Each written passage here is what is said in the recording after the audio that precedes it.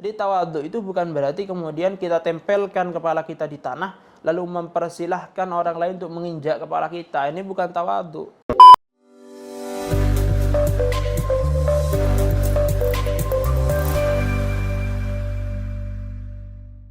Assalamualaikum warahmatullahi wabarakatuh. Kembali lagi dengan saya di Jibril Vlog episode keempat. Kali ini kita akan membahas adabul muta'allim, etika-etika seorang murid. Setelah sebelumnya kita membahas etika guru. Sekarang bagaimana etika muta'allim, bagaimana seharusnya dia bersikap baik dengan gurunya atau dengan kumpulannya, dengan teman-temannya. Nanti akan dibahas di sini. Hadana kalau serang nasar masalah Muhammad. Nabada dari Hazan.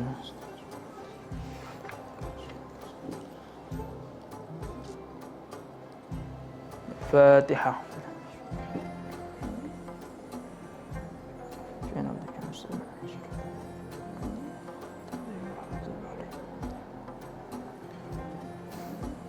سؤال فضل جمع الشير ولا خراب سبيك حسن الخراب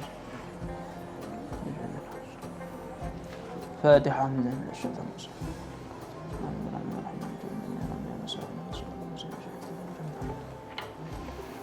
بسم الله الرحمن الرحيم الحمد لله رب العالمين والصلاة والسلام على أشرف المرسلين سيدنا محمد وعلى آله وصحبه أجمعين لا حول ولا قوة إلا بالله العلي العظيم قال المؤلف رحمه الله نفعنا به بعلومه في الدارين آمين. Adabul muta'allim utawi kiku pira-pira utawi kiku nerangaken pira-pira pekertine murid.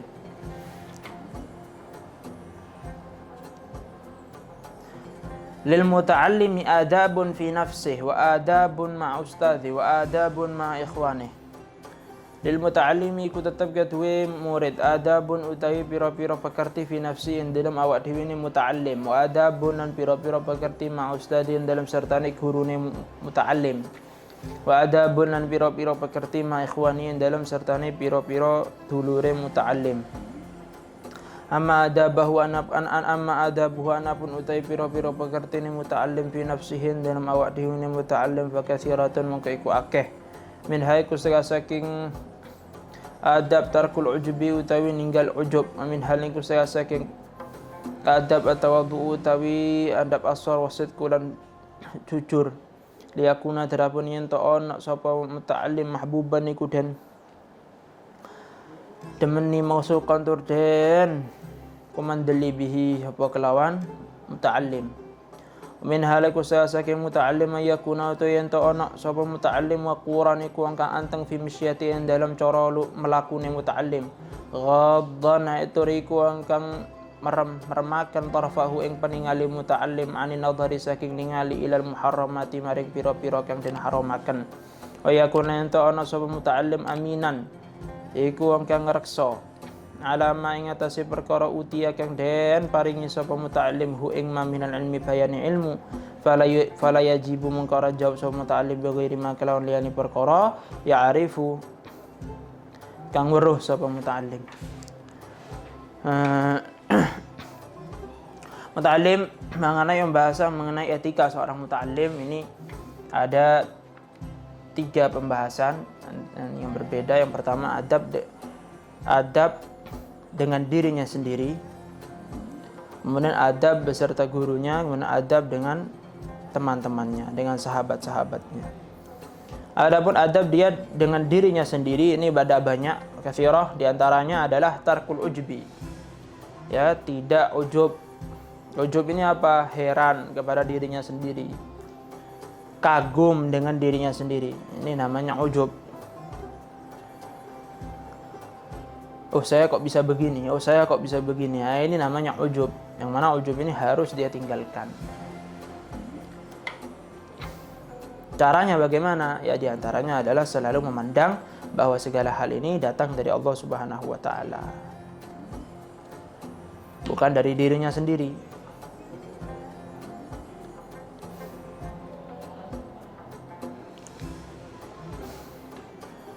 Nah, karena itu ada makalah bahwa berbicaralah sampai kamu kagum dengan bicara kamu itu, maka diam. Dan diamlah sampai kamu kagum, ujub dengan diamnya kamu itu, maka bicaralah. Jadi ketika datang rasa ujub, kagum dengan diri sendiri, maka usahakan kemudian kita berhenti dan usir terlebih dahulu ujub tadi itu, dengan memandang bahwa segalanya ini datangnya dari Allah Subhanahu wa taala, bukan dari dirinya sendiri. Minha at-tawadhu, di antara dari adab dengan dirinya sendiri at-tawadhu. Tawadhu ini apa? Rendah diri. Keliru, rendah hati maksud saya. Rendah hati yang dimaksud di sini sebagaimana telah dijelaskan sebelumnya di episode ketiga. Dan lagi, tawadhu ini bukan berarti membuat diri sendiri ini, artinya menghinakan diri sendiri. Tawadhu itu bukan berarti menghinakan diri sendiri. Maksud saya, membuat orang lain menghina kepada kita. Ini keliru. Jadi tawadhu itu bukan berarti kemudian kita tempelkan kepala kita di tanah lalu mempersilahkan orang lain untuk menginjak kepala kita. Ini bukan tawadhu. Ini kehinaan namanya. Sehingga tawadhu itu mulanya dari perasaan bahwa dia adalah hamba Allah yang hina, tidak ada satupun yang lebih hina daripada dia.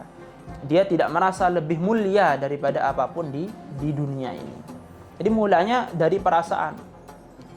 Karena terkadang ada orang yang hatinya ini penuh dengan kesombongan, tapi kemudian dia berlagak layaknya tawadhu, kemudian menganggap bahwa menghinakan diri di hadapan orang lain ini adalah suatu tawadhu. Ya keliru. Tawadhu bukan itu. Tapi tawadhu ini memang perasaan hati yang diekspresikan dengan perlakuan. Tentu yang dimaksud perlakuan di sini bukan yang menghinakan dirinya seperti yang dicontohkan barusan. Jadi bukan. Dan tawadhu ini harus sesuai dengan tempatnya, harus sesuai dengan kondisinya. Jangan sampai kita bersikap tawadhu ini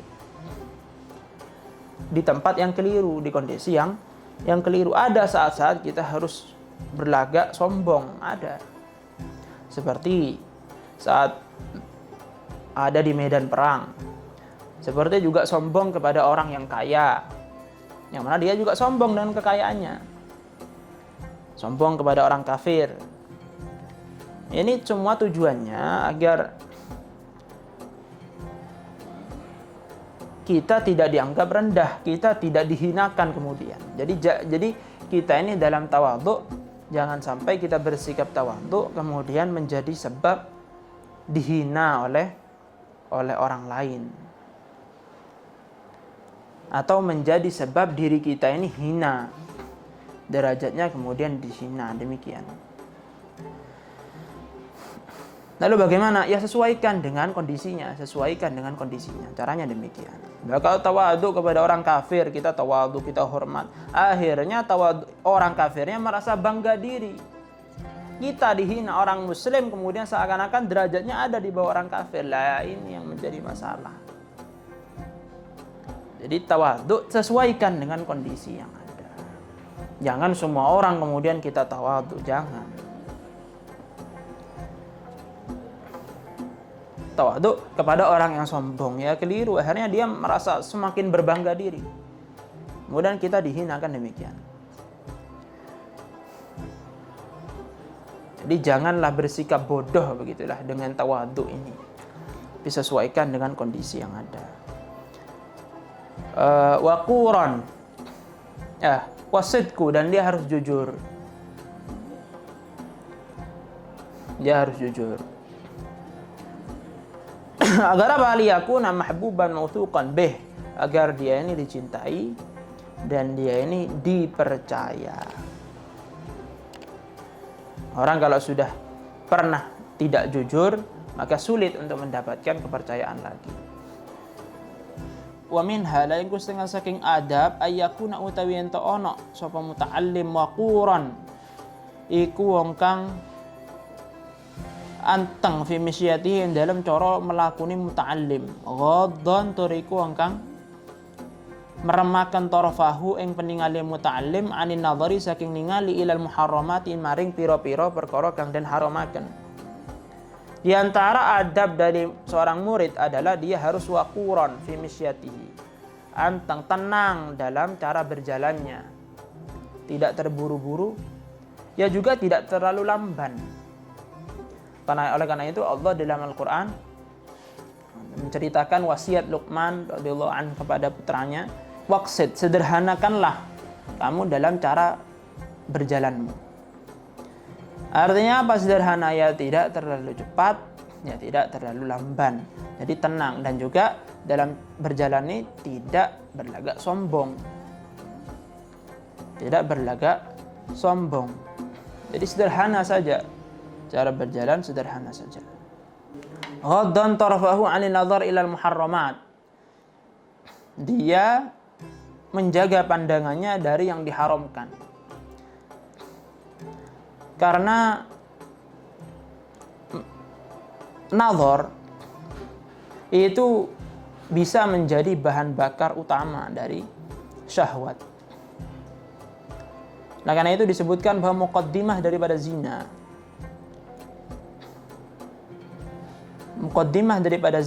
permulaan daripada zina ya dimulai dari nazar, dimulai dari melihat.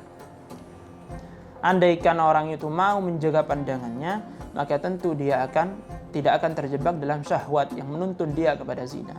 Sehingga sangat penting sekali ini untuk menjaga pandangan. Oleh karena itu, ketika kita melihat suatu kemudian timbul rasa syahwat, atau ketika kita secara tidak sengaja melihat hal yang diharamkan untuk dilihat, maka saat itu juga kita harus memalingkan pandangan kita agar tidak terjebak dalam syahwat yang bisa menuntun kepada perbuatan zina tadi, menuntun kita pada perbuatan dosa besar. Wa yakuna aminan ala ma utiyahu min ilm, dan dia ini harus menjaga betul apa yang telah Allah amanahkan kepada dia. Dalam Al-Quran, jelas-jelas bahwa Allah memerintahkan hambanya untuk menyerahkan semua amanat kepada yang berhak. Termasuk ilmu. Ilmu ini amanat yang Allah berikan kepada kita untuk dua hal. Yang pertama, untuk diamalkan. Yang kedua, untuk diajarkan kepada orang lain. Dan jangan pernah kemudian kita tertipu oleh setan dengan bisikan bahwa kita belum layak untuk mengajari orang lain, bahwa kita masih kurang ilmu, bahwa kita masih bodoh untuk mengajari orang lain.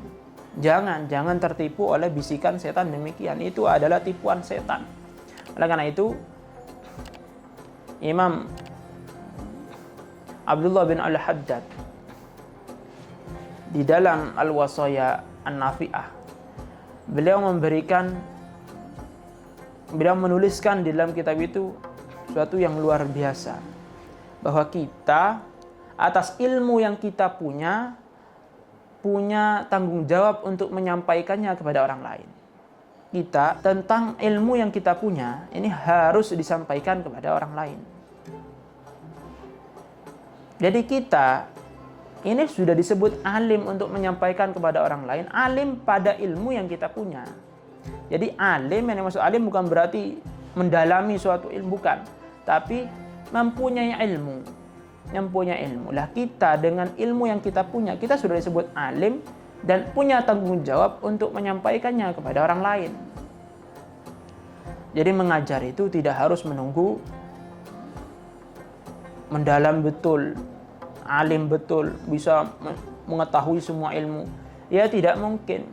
Seorang tidak akan bisa mendapatkan semua ilmu. Orang tidak akan bisa menerima semua ilmu yang ada kemudian dia simpan dalam hatinya betul-betul. Tidak mungkin. Pasti orang itu ada sisi yang tidak dia ketahui. Pasti ada. Pasti ada. Oleh karena itu, jangan menunggu untuk tahu pada semua ilmu. Karena itu tidak mungkin. Oleh karena Allah berfirman, "Wa ma utitum minal ilmi illa qalila." Tidaklah kamu diberikan ilmu kecuali sedikit. Artinya ilmu itu banyak dan kamu tidak akan bisa mengetahui ilmu itu secara menyeluruh. Fala yajibu bighairi ma ya'rif. Dan seorang murid tadi tidak menjawab selain yang dia tahu. Jadi tidak menjawab selain yang dia tahu.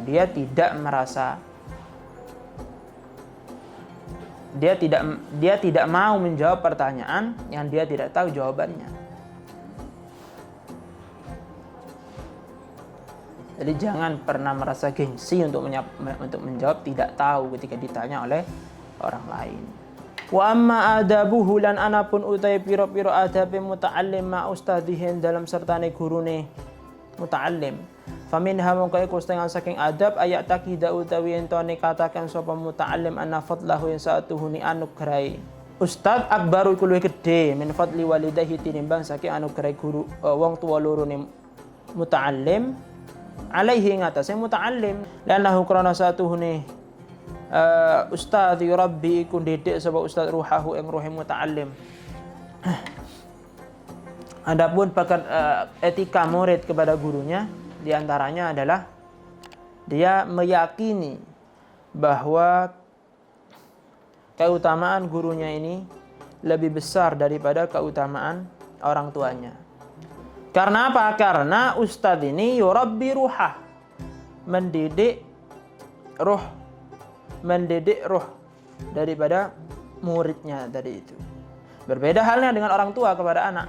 Orang tua kepada anak ini mendidik badan, mendidik jisim, mendidik zahir. Sedangkan ustadz ini mendidik karakter daripada murid tadi. Sehingga dia harus meyakini bahwa gurunya ini lebih berhak untuk diutamakan daripada orang tuanya. Min halalin setengah saking adab al-khudu'u utawi DP amamahu ing dalam ngarep be ustad wal julusu lan longgo fi darsihi ing dalam mulangi ustad bil adabi kelawan adab wa husn isghailan baguse krungu ilama maring perkara yaqulu kang ngucap sapa ustad hu ing ma wa min halin setengah saking adab tarkul mizah utawi ninggal mizah utawi ninggal guyon wala yamdahalan ento ora muji sapa muta'allim ghairahu ing liyane ustad minal ulama bayane pira-pira ulama bi hadrati ing dalam sandingi ustad makhafata ayyafhama karena wedi ento maham sapa muta'allim sapa ustadzuhu ustad gurune muta'allim annahu in sa'atuhu muta'allim yadummu iku nyacat sapa muta'allim hu ing ustad. Wa min halakum setengah saking muta'allim iku setengah saking adab Allah yasudda to yen to ora ngalang-alangi hu ing muta'allim al-haya wa po isin ani soali saking takon amma saking perkara la ya'rifu kang ora weruh sapa muta'allim. Di antara adab dari seorang murid ini dengan gurunya adalah khudu amamah, yaitu bersikap sopan di depan gurunya, bersikap rendah hati di depan gurunya, wal julusu fi darsi bil adab, dan duduk di kala gurunya menyampaikan pelajaran dengan adab. Bisa jadi dengan duduk ini dalam keadaan bersila tapi dengan sopan, atau dengan duduk seperti dalam tahiyat ya, dalam tasyahud. Wa husnil isgha'i ila ma yaquluhu, dan mendengarkan dengan baik kepada apa yang dia ucapkan.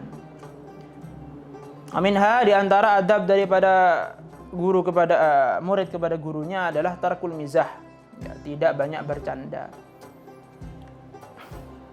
Kenapa? Karena orang yang banyak bercanda ini maka dia akan dipandang rendah oleh orang lain. Artinya dia tidak akan berwibawa, orang yang banyak bercanda. Tapi apakah bercanda itu tidak boleh secara mutlak? Tentu tidak. Mizah ya tetap diperlukan untuk menjadi hiburan. Akan tapi dua syarat ya. Yang pertama, tidak ada kedustaan di sana, tidak ada hal yang menyimpang dari syariat dalam candaan tadi itu. Dan yang kedua, tidak terlalu banyak, tidak terlalu berlebihan. Itu adalah mizah yang baik, mizah yang dilakukan oleh Rasul dengan para sahabatnya. Wa la yamdah ghayrahu min ulama bi hadrati makhafata yafhama ustadu annahu yadhummuh. Dan antara adabnya lagi, murid tidak boleh memuji ulama lain di depannya, khawatir itu difahami oleh gurunya adalah celaan bagi dia. Artinya seorang murid ini harus menjaga perasaan gurunya. Wa minha alla yasuddaul haya an su'al amma la ya'rif. Di antara adab murid kepada gurunya adalah dia jangan sampai terhalangi oleh rasa malu dalam bertanya. Karena itu Imam Mujahid itu pernah menyampaikan bahwa ada dua jenis orang, dua tipe orang yang tidak akan mendapatkan ilmu. Yang pertama mustahyin, orang yang pemalu. Yang kedua mutakabbir atau mustakbir, orang yang sombong.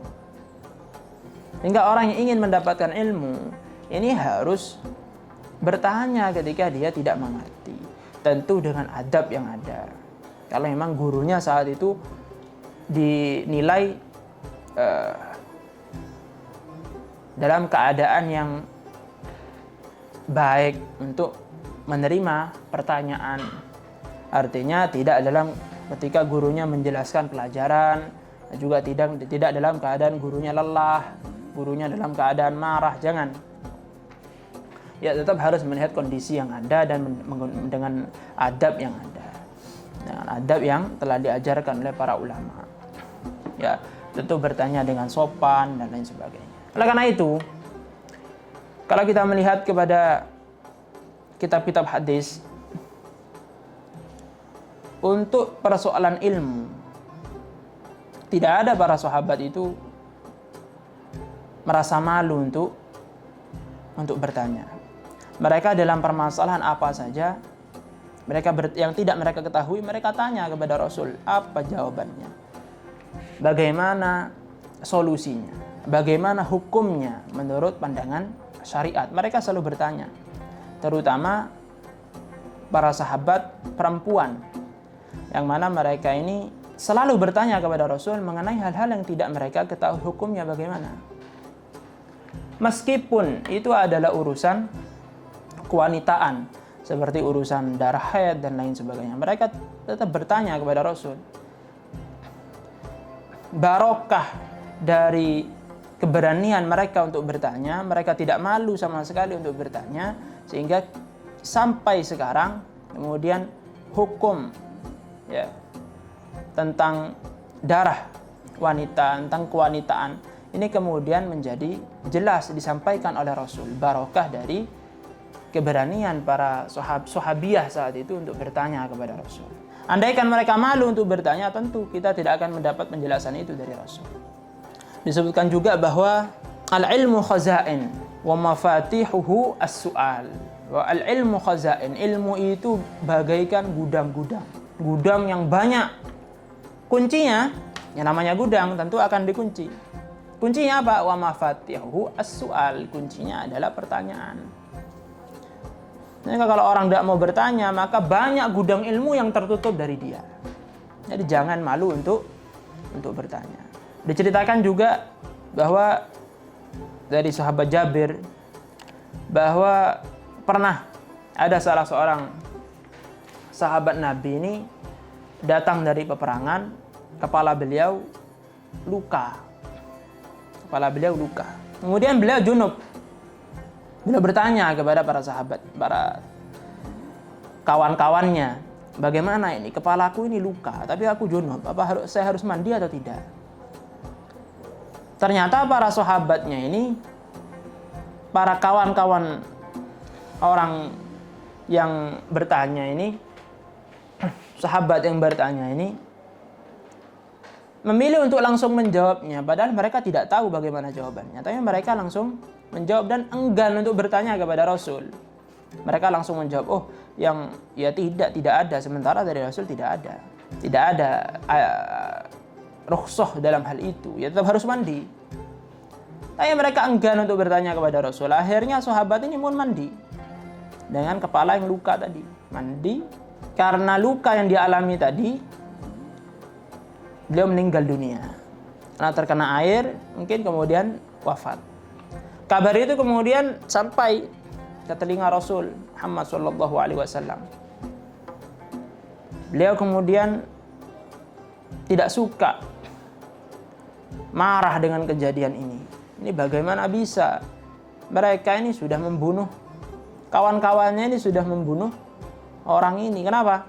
Karena dia kemudian langsung menjawab tanpa ilmu, tanpa didasari ilmu, dan enggan bertanya kepada Rasul. Sehingga bertanya tentang hal yang tidak diketahui ini sangatlah penting. Jangan pernah menjawab sesuatu yang kamu tidak tahu, sehingga itu menyesatkan orang lain. Bahkan bisa mencelakai seperti kejadian sahabat ini. Wa amma adabuhu ma ikhwanih, wa amma adabuhu lan anapun utawi pira-pira pekertine muta'allim ma ikhwanihi dalam sertane pira-pira dulure muta'allim faminha mungkin kustengan saking adab ihtiramuhum utawi mulyaaken ikhwan wa tarku ihtiqari wahidin lan ninggal ngino salah wong siji minhum saking ikhwan wa tarku isti'la'i lan ninggal kumedhe alaihi mengatas ikhwan min halang usang saking adab Allah yaskhara utawi ento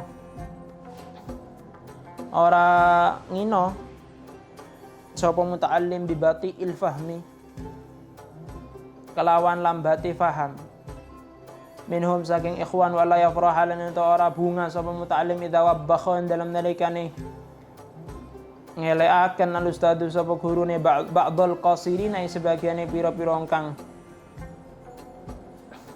janda penemune fa inna dzalika kana satune mengkono yafrah asbabul bughd atau ihtiqar yaskhara bi batil fahm minhum asbabul bughdhi iku pira-pira sebabe bendu wal adawati lan permusuhan. Adapun adab muta'allim dengan saudara-saudaranya itu harus memuliakan, di antaranya ihtiram, memuliakan sahabatnya, ya, memuliakan, tidak menghina, tidak meremehkan dan tidak sombong kepada mereka. Wa minha alla yaskhara bi batil fahm minhum. Kalau ada yang lambat pemahamannya jangan dihina.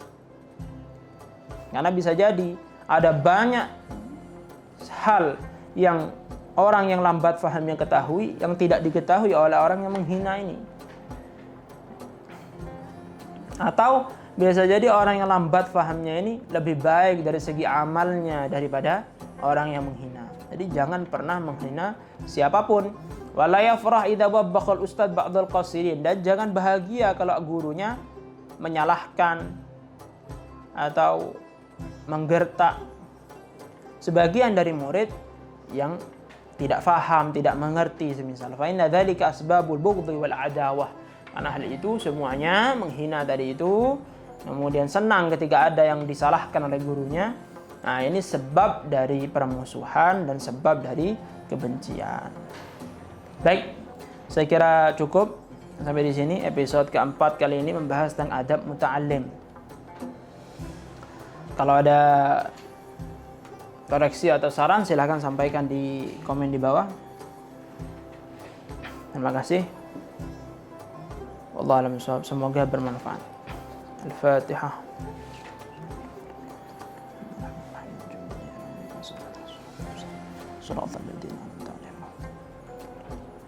Assalamualaikum warahmatullahi wabarakatuh.